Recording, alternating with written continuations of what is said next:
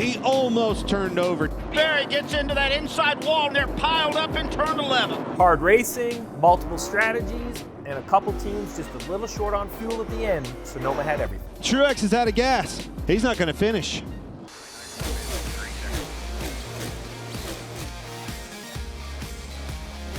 Welcome into a new episode of NASCAR Inside the Race presented by Consumer Cellular. The wine country, Sonoma, fresh pavement, near record number of yellows. The race had everything in the end. Larson goes back to victory lane. What did you make of the race overall? I thought it was very intriguing. We saw different strategies, different fuel strategies, all the front-loaded cautions changed up what all these crew chiefs were thinking on the box. I think had a little bit of everything. Intriguing or confusing at times, because even myself, who I try to pride myself on understanding the strategy, there were so many options. I think it was impossible to follow along, intently car by car. So I kind of just sat back and watched and see how it all shook out. Yeah, definitely one that I was surprised. Paul Wolfe makes an early call on one of the cautions and comes to pit road as the leader, doesn't know what everybody else would do. I thought more takers would get on that strategy. So let's talk about this. So the 22 sits on the pole. He's currently on the outside looking in, a champion as well as Kyle Busch on the points. They have to start thinking, 10 weeks until the playoffs are here. I like the call. Sonoma, we know we needed 35-ish gallons of gas added to the race car over the course of the race. You assume you're going to have to pit at least twice. The idea of coming early is to shorten up the pit stops, right? So you mentioned it. We see Joey Logano comes to pit road almost by himself. And one of the early yellows takes the fuel. I actually liked the call when he did it. I was watching the race with Jeff Burton. He disagreed. Jeff said, no, he should have took the points. He needs the points. I like it, and I think at this point of the year, I don't know that they're points racing. I think they're win racing. Because not only, and Paul Wolfe and Joey Logano know this, they've got to go figure out how to win to put themselves through the playoffs. Not just getting in, it's getting through the playoffs. I think they're win racing at this point. Well, and then we know what happens next. You see Joey Logano basically get caught up in the mess, right? This is him right here in this blue car getting a little bit of damage to the right rear as he comes through the thing, and that's the risk of pitting early and going to the back. We heard it on the Fox broadcast. Clint Boyer, I could tell it's two drivers because both Boyer and Harvick go, I didn't like going to the back. I like staying out front and clean air. And you can't disagree when you see the damage. Yeah, I mean, this is the vulnerability here. But if you look at this, if we talk about that 35 gallons of fuel, if you got to put 35 gallons of fuel in 2 stops, you're going to be waiting on the gas man for seconds. Not just a half a second, but it's going to be seconds. By coming and getting that fuel now, you can just rip off 4 tire stops. That's, I think, the key is, road course racing used to be standard. Then there's the famous story of Jeff Bodine running it backwards at Watkins Glen, and that kind of changed for everyone to pit as soon as you can make it. Now it's almost how much fuel do I need to add to my car over the course of this day? And that is because with this car and the single lug nut, you can change tires faster than you can fill up the car. We see this a lot at ovals. So really, after this whole mess started, then it kind of came down to, in my mind, 2 cars, right? It was the 5 and the 45, the 5 of Larson, the 45 of Reddick. The first thing I want to point out is this right here. We thought they could go 42 laps. These cars pitted way out past lap 50. Let's explain to everyone at home how all of those yellows made a difference and how they gain all that fuel. So if you look at it, these cars under caution, they make 2.2, 2.3 times the fuel mileage. And the rough number is always just for every 2 laps of caution you run, you gained a lap back. Yeah. And that's one of those things. We had, before that last stage caution, I think we had 18 or 19 caution flag laps. So when you look at that at just a 2-to-1, you gain 9 more laps of fuel running because you've run, basically in economy mode through those pieces. And there's a strategy to that the drivers have to implement. Oh, there's some strategy for sure. And then there's some execution on the drivers. And I think that's really what it comes down, right? So if I kind of get rid of the late pit stop and talk about the battle between the 5 and the 45, there's 2 real marks for me. There's this pit stop and how they battle off pit road, and there's this moment of the race after the stage 2 checkered flag, the start of stage 3. Let's first start to talk about off from pit road. It's more than just positions on the racetrack, but aggression gets the better of Reddick. We see a right front tire lock. Yeah, definitely just trying to race hard with Larson here to get the position back. Tries to get to his outside. Larson squeezes him a little bit. They get contact and that right front lockup. Now keep in mind, this is a tire that you're planning on going a long ways with. I think it hurts his day. Yeah, and it locks up. It definitely slides. He loses the position to the 1 car. And why does that matter? Well, we'll just jump forward kind of one more. Now we are We've already got the checkered flag at the end of stage 2. We are entering the final stage. Everyone needs a pit stop. Yes. And throughout the field, people need different levels of fuel. People need different levels of tires. Some may take tires, some may not tires. So the best way to look at this is we're on board on the bottom with Reddick back in P24. We are on board up top, Kyle Larson, P21. So as a reference, here's Kyle Larson in Reddick's view. Yeah, right there in plain sight. Been racing with him. The one car got by him, and that kind of split up the piece, but they're together.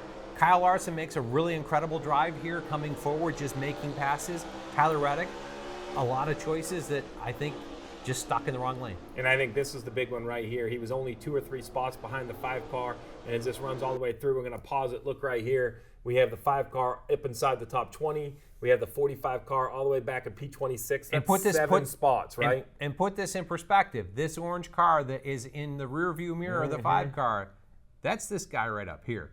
We've got several cars in between and a lot of traffic in 3-wide racing, just not going to make it forward from there. And it just happens so quick. Like, if I back it up, I think we can get to the part where it's hard to see, but right, isn't that Larson right there? That's Larson right there. Right, so if the 7, you're on board with Larson up top, right? If the 7 messes up, or if this car gets loose, or this car gets loose, that could change the entire outcome of this corner, but that's not what happens. What happens is, we come through here, and the 5 gets a great corner. You see he's actually going to leave on the bottom with some pretty good momentum. On the bottom, Reddick's losing momentum. 7 spots, and if we go back to the line graph, why does that matter? Because those 7 spots is really where these 2 cars split, and I think that's what changes this pit decision, right? We see the pit for gas only for the 45, but that's because the 5 car is going here, and the 45 is here, and somehow he's trying to close in this gap, right? He's trying to do it on pit road. Yeah, definitely. I think Billy Scott looks at it and says, we're just not making it through traffic.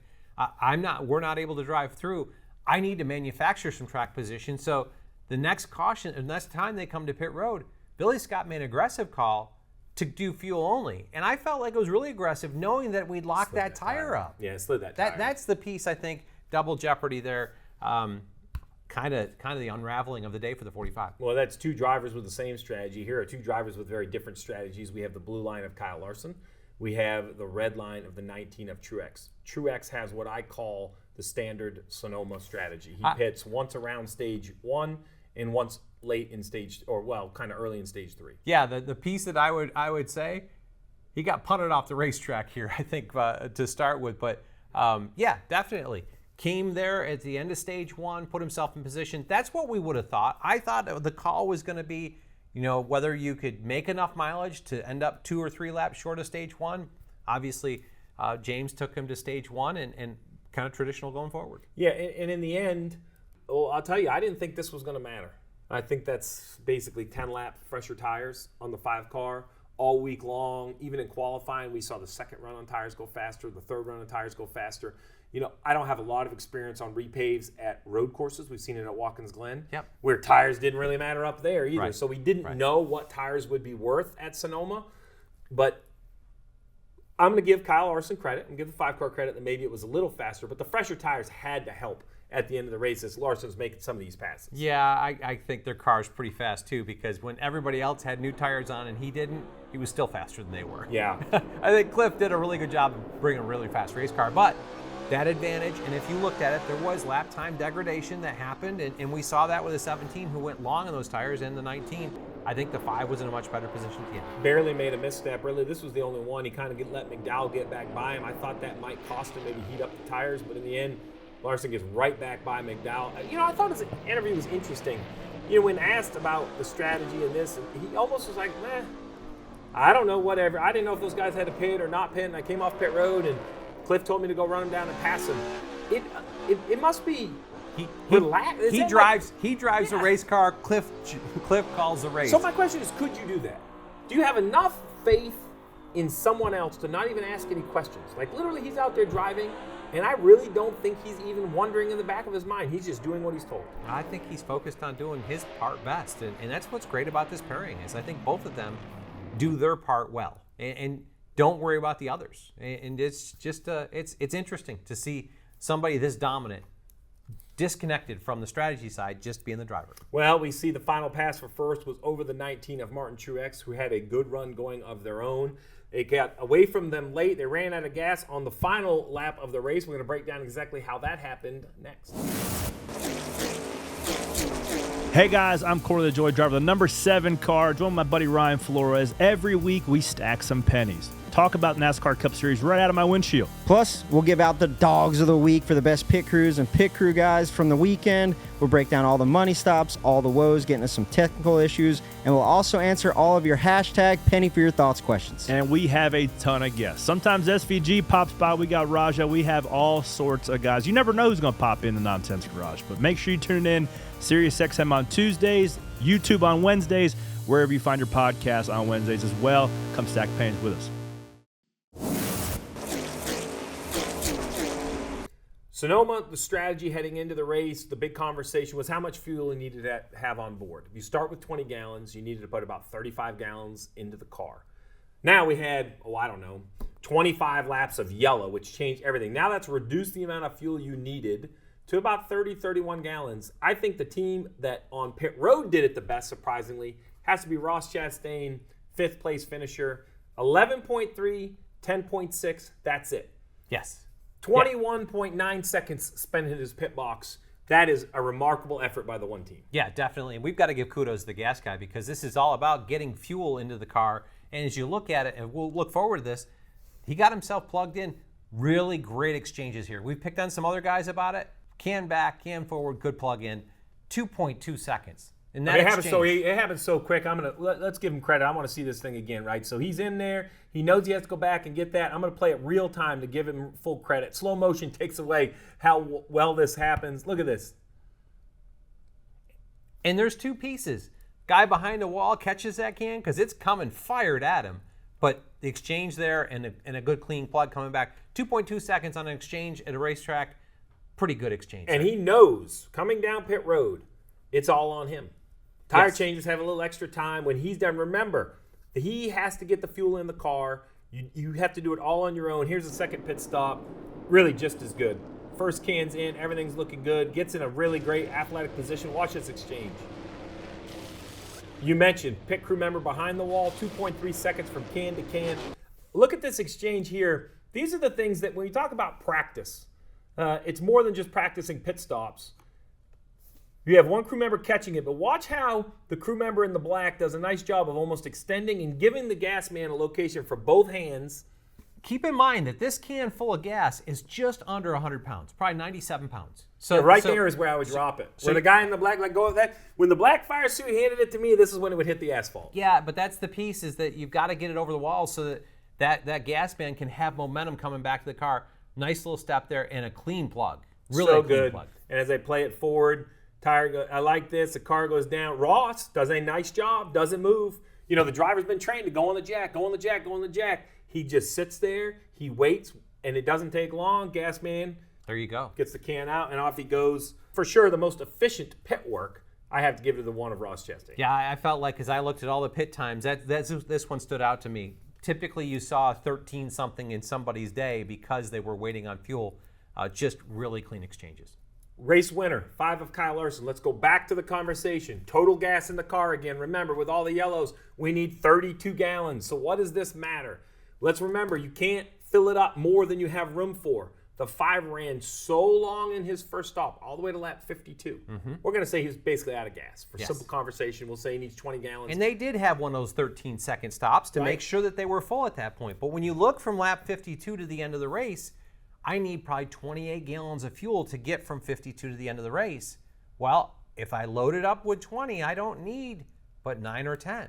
These pit strategy equations are becoming more and more complicated because remember, like in Algebra 1, we had like one variable, then you had a couple variables. Well, now we have not just how many times, but now are you going to run long on the first stop or the second stop? How much fuel you can put in? Do tires matter? The amount of variables are stacking up for these crew chiefs to have to make this decision. I don't think any crew chief had the thought of getting to lap 52. No chance. No chance. So it now just worked out, but then here they come. Right, so 5 cars in, regular pit stop. Gas man does a nice job. He plugs in, right? Look at this, though. He never unplugged. Yeah, he's not even worried about a second can. Because Cliff Daniels knows that since they filled at 52, I don't need more than 12 gallons of gas. I'm going to keep that can plugged in and make sure I get all 12 of those in and put us to the end of the race. So there you have the 1 who did a great job with 2 stops, the 5 that also did a great job, but he did a great job at kind of splitting the time between the first and the last stop. The big question for me was the 19. So we saw the 19 run out of gas at the end of the race. I had a lot of questions. They were obviously faster, trying to run for the win. But the first question to me was the car full of fuel? Was there an issue on the pit stop? When we come back and we look at this pit stop, I actually think everything works like it should. You and I have looked through this. Clean on the right side. Gas man's there. We're going to take a look all the way to the left side. He's going to grab the can, as we've pointed out. Good exchange there. In. Clear signal when the car goes down. Truex doesn't leave. A great nod. The car leads. So that's all great. So let's go back and really look at it, though, right? Yeah, let's zoom into this. Watch what happens with the gas can up here. We'll just slide that down just a fuzz. But so look, I'm gonna go back and forth a couple times because this is what matters. Look at the nod, and then watch the fuel come pouring out of the vent right there. That tells me that there's no doubt. So when you look at that, this whole piece, this whole column of the vent is full of fuel for the fuel to come back out here. Mm-hmm. You can really see, if I just kind of go back and forth a few times, you can really pick up the fuel pouring out right there. So now that's as full as a car can be. Car's flat on the ground, can's been engaged, and we've got it to the point it's flowing fuel all the way to the vent. He's full. So now how does the 19 run out if he's full of gas? I think it's just usage from here and a lot of laps of trying to pressure the 17 into mistakes, maybe an extra shift, but just you're not in a rhythm of running the mileage. And they were on the first wave. I think they pitted their last stop at 68, which was 42 laps to the end. If you're making 4.1 miles a gallon, you're right there at the verge of running out of gas, and ultimately they did. And I just want to be clear that, when we talk about the efficiency of the Larson pit stop, the efficiency of the Chastain pit stop, the efficiency of what the 19 was trying to do, you're not finishing the races with 4 extra gallons anymore. No. You're counting down in the ounces. If you're finishing 20th, you may. Right. These guys up front are leading the ounces. So when I look at what the 19 did, I love that they didn't talk about fuel trying to run the 17 down. And I love that they didn't talk about fuel when he's trying to hold the 5 off. And it's always easier on Monday. Mm-hmm. But I think the one question mark they'll have, and I think the Monday conversation moving forward will be after the 5 got by them, in 8 laps there, could they have saved a little bit of gas to try to make it to the finish of the race? I think that's really the one that they want back. That may be the one That's where you have to conversation. look back and say, legitimately, we can't beat the 5. He's run us down from multiple seconds back.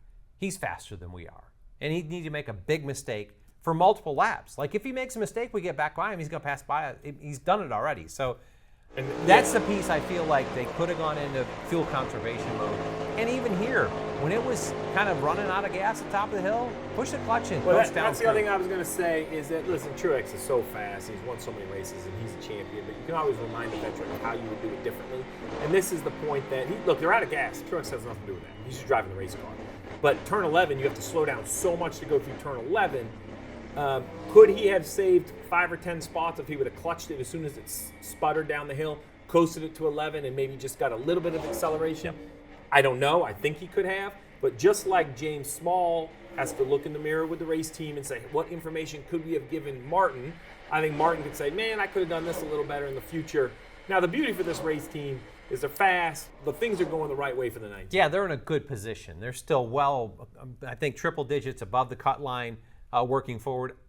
I still feel like they go to victory lane and get themselves in a great position, but they're showing pace. Well, we talked about who did it great, the 1 and the 5. We talked about kind of who had a little bit of an issue being the 19. Well, there were a couple of drivers who had issues early in the race, but then found their way to recover to great runs. We'll cover them next. I'm Ryan Flores. Join Kim Kuhn and myself each and every week at Around the Track. We'll get you ready for the upcoming race weekends, from short tracks to the Cup Series, whether you'll be attending in person or watching from home. Coming your way each week is the best bets to win some easy money and driver suggestions to help pump up your fantasy lineups. Around the Track also tells you what to watch for in the NASCAR Regional Series and which young phenom drivers to keep your eye on. Plus, our At Traction segment gives you all of the fan activities, concerts, and tailgating fun at the track. Be sure to check out Around the Track each and every Wednesday on NASCAR's YouTube channel. Two drivers that are known for their road course talents. It was anything but smooth. Mike McDowell, AJ Allmendinger lost spots early, recovered well. McDowell lost spots. I call this the old-fashioned way. This is the old-fashioned way of losing spots. Really nothing McDowell could do, right? You go down in the corner, there's a stack up in front of him. He gets kind of run over from behind, hits a 7 into the tire barrier. Welcome to road course racing. Yeah, and they spent some time fixing this. You can see that the hood's kind of bowed up there around the I was going to give them credit. You said they had to fix it. I mean, it's pretty good damage up there on the hood. Yeah, you look at this here. This should all be sealed up. They came back and worked on this and got it where it was in a decent spot for the rest of the day. So what does that look like, right? Well, we have a car that qualified pretty good, just outside the top 10. And then here's the moment you talked about right here, right? You lose all that track position. So in all of this day about 2 stops, 3 stops, how much fuel you put in here, this is the example of how you have to continue to adapt, right? They run to their first pit stop. Then they get into this issue. They pit again for repairs. They obviously do a nice job of getting the repairs done kind of once. And now they have basically a 60 or 70 lap race from here. They pit one time, and then Michael does what Michael does, which is just run a really efficient final stage. Pretty nice little trajectory here, working up and working forward to get himself to a second place finish. I think pretty good, pretty boring, but just driving forward the rest of the day. Well, so the other driver, and I'm going to start with his line graph, AJ Allmendinger, because it's interesting. So I'm going to put it up here, but we have to take a minute and really zoom in. Pit stop 1, pretty normal right here. Pit stop 2, pit stop 3. But there's more in the story here. This pit stop 2. As you see, typically the pit stop is at the top. Right, here's the pit stop, then you lose spots. Here's the pit stop, then you lose spots. Well, AJ Allmendinger loses spots and then pits. So he does this because the car shuts off and it won't refire. Let's just listen into the whole conversation, go on board with the 16. Same fuel here. Be sure to get your fans off.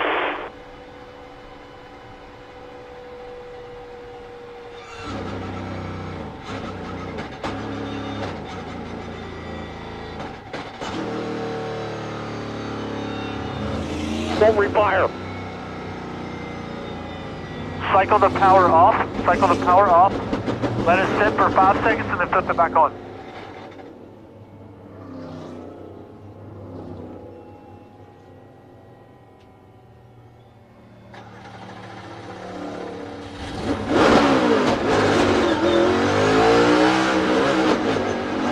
All right, just keep it running. Keep it running.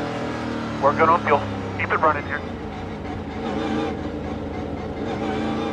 All right, so Todd, he loses positions. First, let's talk. Remember, we save gas under yellow not only because you're going slower, but they shut it off and clutch. So let's go through exactly what drivers do. Save gas. Clutch in, kill switch, or shut the car off, kill the car. Yeah. There should be an ignition switch that the ECU doesn't get disconnected. So you're not shutting, like power, battery power is not going to shut off. You're just shutting the spark off, if you would. And the intention is that the ECU remembers where it is, so it knows what. It's like taking your car and only go back one click on the ignition, right? Yes. The radio still plays, everything still works, but the car's not running. But when he puts this ignition back on and lets the clutch back out, and they use basically the momentum of the car to kind of bump start it, it doesn't fire, as you heard in that video. And you heard it gets pretty violent. Like it is trying to fire, it won't fire, and then he says, "What do I do?" Great interaction, clear and concise. Shut the ECU off 5 seconds, which, tell me, talk about 5 seconds, must have felt like a minute as cars are going by. I want to know how he counted that, because in that moment, 2, 3, 4, 5. That's how I would have counted it really quickly. So now we're taking this is now kind of like, what does IT say? Did you take the battery out? Yeah. This is kind of like you've powered the ECU down completely. It is reset. Now, thank goodness it has. I mean, I've seen cars that just don't fire. Like some magical gremlin happens. Right. It does fire. Now let's talk about the rules of NASCAR. Because you see accordion. Mm-hmm. So I look at it like this. If I'm your teammate, I might give you a little bit of room. And if I'm not your teammate, once you start to lose pace car speed, I'm going by you. You have to maintain, just because you're under yellow doesn't mean you can run any speed you want. You have to maintain reasonable pace car speed. Pace car speed. And that's one where you'll see guys that if they start to prolong those coasts, you'll see guys try to get positions just to see if NASCAR will make the call. Well, yeah, because I know you're trying to save gas. I want to push you into running out of gas. Yeah. So unfortunate for AJ here, a lost track position, but a good recovery for these guys driving forward to a top 10 finish. Yeah, listen, it was a big week, right? They had SVG go back-to-back victory lane in the Xfinity Series. He did it out in Portland, did it again on Saturday in Sonoma, and now AJ Allmendinger. like you said, a good week. It's been a bumpy year for Colleague. They're looking for some high spots. Anytime you take AJ to a road course, I could just imagine the crew chief, the engineers, you have to just pity your stomach when you hear the car won't refire. The problem is that also changes your strategy because now you know you can't save as much gas because they instructed him to just not do this the rest of the day. Yeah, and as you look at it there, they can get deep enough that they're not right tight on the fuel window. They're maybe a lap or two to the good, and just make sure that they took the time to get it full. Well, an old track that repaved, that was Sonoma. Well, this time I get to go back to work. It's Iowa, doubleheader weekend on USA. We have the Xfinity Series on Saturday. Then the Cup cars hit the track 7 p.m. Sunday night on USA.